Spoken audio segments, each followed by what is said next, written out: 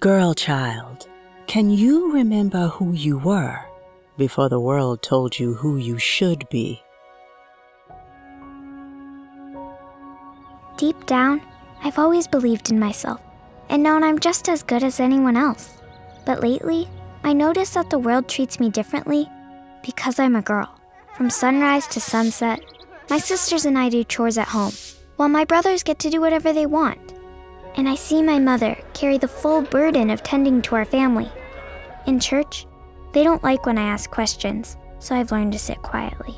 In the street, I see girls who walk in fear, as mothers warn their daughters not to give men the wrong idea.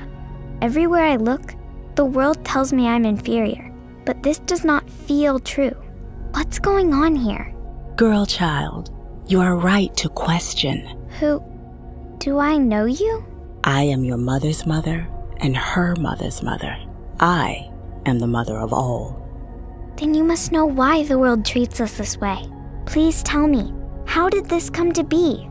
Well, it is complicated, and there are many overlapping theories, but we do know that these traditions were man-made long, long ago. It was not always like this. In the beginning, men and women walked side by side together, valued equally as hunters and gatherers. Eventually, we began to settle down. And around this time, we elevated the idea of property and the need to own land and control a workforce. Men became protective of what was theirs, which led to fighting. Sexual violence against women became a weapon of war. Conquerors enslaved women as concubines. Men felt entitled to own and take on many wives, even in times of peace. As their wealth grew, so did the desire to give males an inheritance. Girls came to be seen as property, valued primarily for their sexual purity and ability to have children.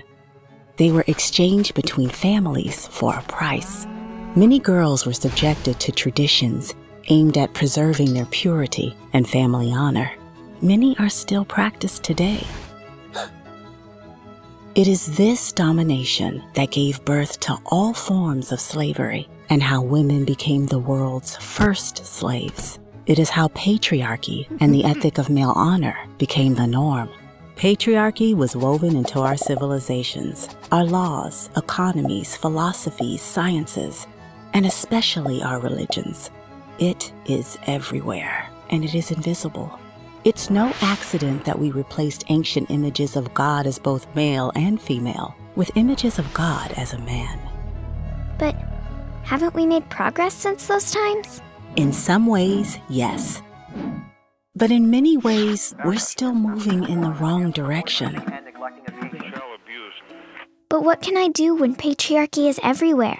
I can't turn my back on my family or my faith. There is a spiritual path to liberation in the Bible and other religious traditions, but we must be brave and question what isn't working. Women and men, girls and boys, even the earth itself are suffering under the domination of patriarchy. To heal our land, we must bravely untangle our traditions from this oldest oppression. What was made by our hand can also be unmade. We must keep walking the Exodus path from slavery to the freedom of the Promised Land. Imagine if we could re-know the beautiful world that was meant for all God's children. A world where girls can grow up feeling safe and equally valued? A world where both boys and girls grow up to be all they were meant to be. Girl child, your curiosity has set you on a path many others have walked before you. Because of their work, we know the way forward, but there's a lot more to do and more truth to discover. Are you ready to take this journey with me?